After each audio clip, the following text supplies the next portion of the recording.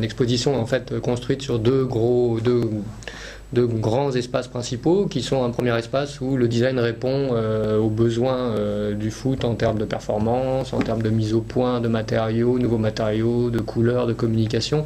Tout ce qui est en fait un peu impensif, mais aujourd'hui les clubs de foot sont devenus des entreprises comme les autres. C'est-à-dire qu'il y a à la fois de l'argent en jeu, il y a des besoins de communiquer, il y a des besoins de tenir cette communication, il y a des besoins de performance. Au final, à la fin, il y a aussi des bilans, il y a aussi des dirigeants, il y a aussi des joueurs qui appliquent une stratégie, etc., etc. Donc tout ce parallèle-là, finalement, il est assez intéressant à montrer, et montrer que le design, du coup, avec la professionnalisation du foot, il est rentré dans le club de foot et dans le foot en général. Pas que sur les équipements, sur les applications, sur la gestion de plein de choses différentes.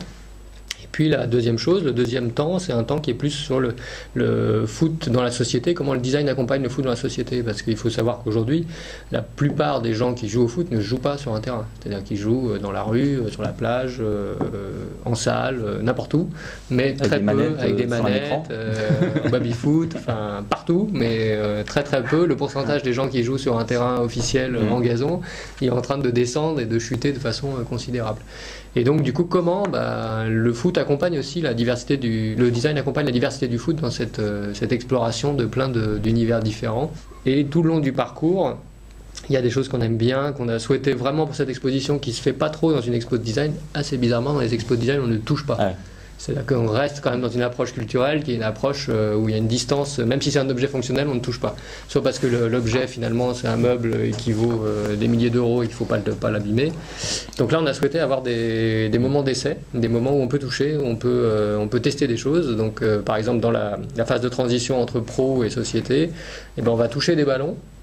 Et on va essayer de deviner pour quel type de foot c'est fait. Parce qu'aujourd'hui, il existe plusieurs dizaines de ballons différents pour plusieurs dizaines d'usages différents. On parlait jouer dans la rue, jouer sur la plage, jouer en salle, jouer quand on est aveugle, jouer, etc., etc. Sur la neige. Sur la neige et tout. Puis donc le design là-dessus, il accompagne ça en disant, si je joue sur la neige, tiens, ballon fluo, parce que autrement un ballon blanc sur la neige, pas terrible, etc., etc. Donc là c'est plus une sorte de devinette. Et puis on a fait quelque chose qu'on a eu, c'est la première idée qu'on a eue peut-être dans le tramway dont parlait Frédéric tout à l'heure, c'est qu'on s'est dit on va casser un mythe, on va faire en sorte que les gens shootent dans un ballon, dans une cage qui d'un côté a des poteaux ronds et de l'autre côté a des poteaux carrés. Voilà. Pour voir si les légendes ont la vie aussi dure que ça et si on marque plus de buts. Voilà. Donc voilà, c'est un peu interactif, un peu ludique, un peu on essaie de décloisonner un peu le design de son aspect trop distancié par rapport aux choses, ce qui n'empêche pas de rentrer dans une thématique générale qui a été définie pour l'exposition, parce que c'est finalement ce qui est ressorti à la fin quand on avait recherché les pièces, etc. C'est design et foot, c'est un enjeu collectif. C'est-à-dire que le foot, c'est un enjeu collectif, c'est un enjeu parce que c'est populaire, c'est un enjeu parce que c'est médiatique, c'est un enjeu parce que c'est économique, et le design, pareil. C'est-à-dire qu'il y a à chaque fois, dans le besoin de travailler en design, le besoin d'avoir des équipes, le besoin d'avoir des compétences différentes autour de soi, le besoin d'avoir des attaquants, des défenseurs, des libéraux, etc. Et d'organiser tout ça. Et c'est ce qui s'appelle une tactique. Une tactique, ça se développe pour une équipe, pour une entreprise, etc.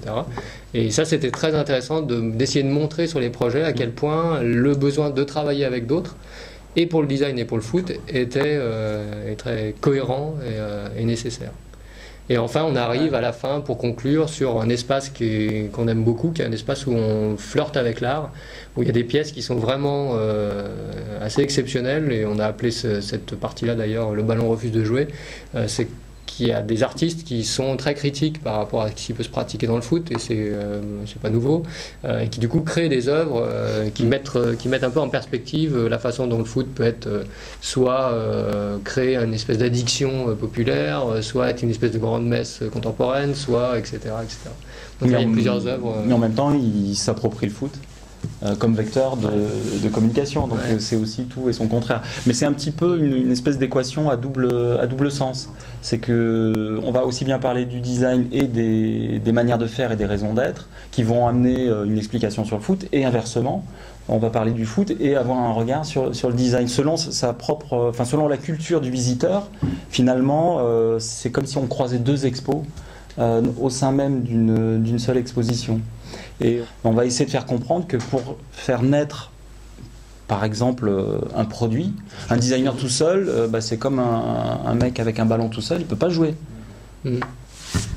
Et ce qui est étonnant, c'est que le parallèle peut se pousser très très loin en rentrant dans les histoires des entreprises et des projets. Par exemple, on s'est aperçu que dans la majorité des cas, un designer devenait design manager, c'est-à-dire qu'il apprenait à gérer une équipe autant qu'un coach d'équipe était lui avant un footballeur. Un ancien joueur. Et voilà, parce que et il y a plein de parallèles comme ça qui sont... et moi je trouve que finalement, en arrivant là à l'ouverture de l'expo, je trouve que ce qui est assez étonnant, c'est que finalement, ça nous a permis de prendre du recul sur le métier de design et le design en général, en focalisant sur une espèce de métaphore. C'est-à-dire, au lieu de se prendre, généralement, les expos de design sont sur la société en général, et en prenant une autre société, plus petite, mais aussi plus codée, mais aussi plus tout ce qu'on veut, on teste ce qui fonctionne sur le design ou pas. Et ça permet d'avoir une espèce de petit décalage et de petits focus assez intéressants par rapport à ça.